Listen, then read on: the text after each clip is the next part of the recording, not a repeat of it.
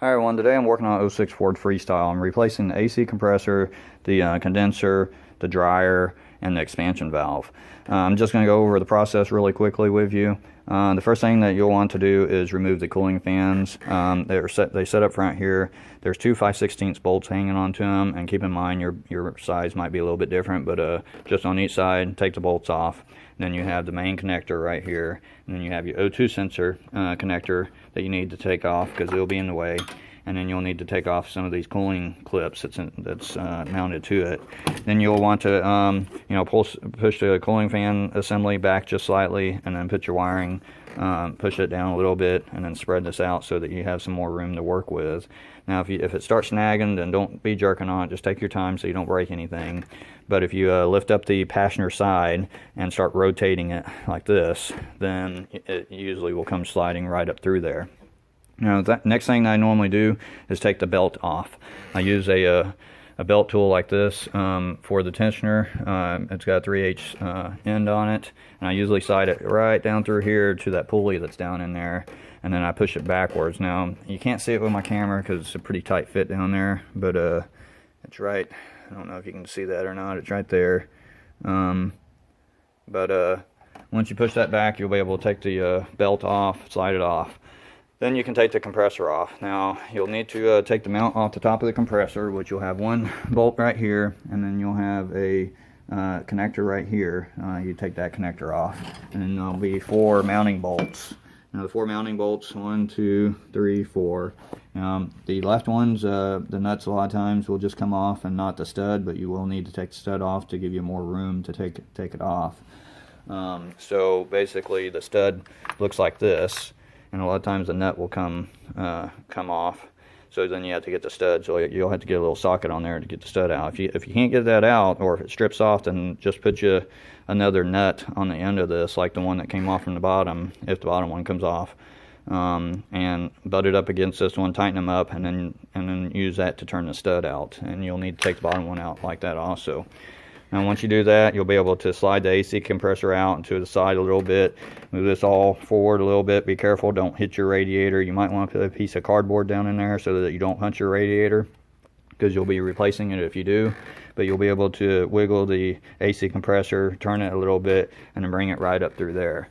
Now, the next thing I normally do is I take the condenser out. I usually take the front grill off. There's a couple of bolts up top, and then you have these clips that's going through the top of the bumper. Now, these clips are like this. Once you let go of the top side, you'll be able to stick your hand back behind the grill all the way down, and then you'll be able to push these clips forward. Whenever you push these clips forward, then that becomes flat, and it'll slide up through that little notch. So there's that little notch right there. So you'll reach your hand back here, and then go up underneath the lip and push forward on it, and pop all those little clips off. I think there's 4 of them, 4 or 5 of them all the way across the front grill. Once you do that, it's usually easier if you take the horn assembly off right there, and then take the bolts hanging onto the cooler and take the little shrouds off on the wind guards. So once you take those bolts out right there, then this will slide off, and then you'll have access to the condenser. Now, on the bottom side of the condenser, you'll have these 2 bolts right here. They'll be up underneath the side over here. Whenever you crawl underneath it, you'll see them. They'll be setting right up in here, and you'll see your 2 lines. Now, the other line goes to your dryer, which on the dryer, your dryer sets right back up in there on that bracket right there. Now, I normally don't take out the bracket. I normally just take the bolt off from the side and take this off right here. So there'll be a little bolt setting on there, and let's see, right here's the bolt. I'll take that off, and then the bracket comes right off, and then you'll be able to take the dryer off. So that's not too bad either. But after I take that off and remove that, make sure you replace all the O-rings. You put new O-rings in there. After that, you can take the expansion valve out. Now, the expansion valve can be kind of a pain. It's set back there. If you look back on the driver's side, back behind the engine, it's sitting way back up in there, and it's basically setting in the firewall. So whenever you get back up in there, you'll want to get you a long extension like this right here. This is usually how I do it. I get a really long extension, get a 5/16 with a swivel, and I stick it all the way up in there So that I have the ratchet out here, and I get to the center bolt on it and undo it, and then pop the outside lines off. Now once the outside lines come off, then you'll see it setting there like that, and you'll see 2 other torque bolts. Now those 2 torque socket is size, let me see what size it is.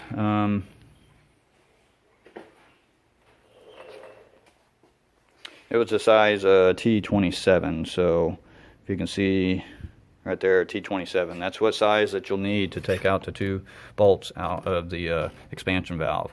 Now once you get those 2 bolts out, you'll be able to wiggle this out. Sometimes it's kind of tough. Now, and getting your hands down in there, if you've got big hands, it's going to be really tight. I've got pretty small hands, and it's a tight fit, but I normally take the upper bracket, the engine mount, and loosen it up and take it off to the side right there. That way it gives you a lot more room to work with. But after you pull that expansion valve out, you know, get your new O-rings on the tubes in there, get the new expansion valve in, and then you know, put your lines back on, get all the bolts tightened up.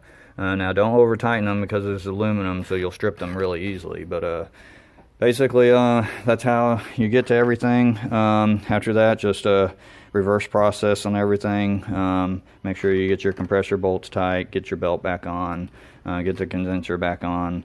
Now if you happen to get a condenser and the lines are backwards, sometimes they'll give you one that this mount bolt is down here on the bottom. If that's the case, then they gave you the wrong one. You can take it back to them that they didn't give you the right one. Both condensers look identical except for the mounts right here, but it's better to get the right one instead of twisting up your lines. So go ahead and get the right condenser for it. Okay, so once you get all that replaced, then you know, you can fill it up. Like this one, it does have rear AC. It takes 2 pounds 6 ounces to fill it up. Make sure that you get the right refrigerant oil in there. Like this one with rear AC says 9 fluid ounces. Now if you look right here on the compressor, this is the new compressor. The new compressor says on it that it comes with 4.5 ounces of oil.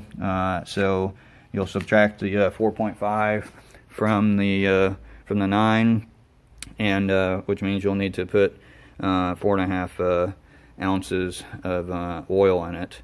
And then after that, you can put some Freon. You'll put 2 pounds 6 ounces of Freon in it, which if you're using 12-ounce cans, it'll be a little over three cans, I believe. So, but anyway, that's how you change out your AC system.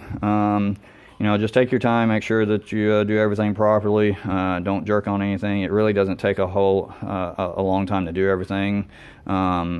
Just use those extensions. But other than that, thanks for watching my video. Please subscribe, and I'll see you in the next video.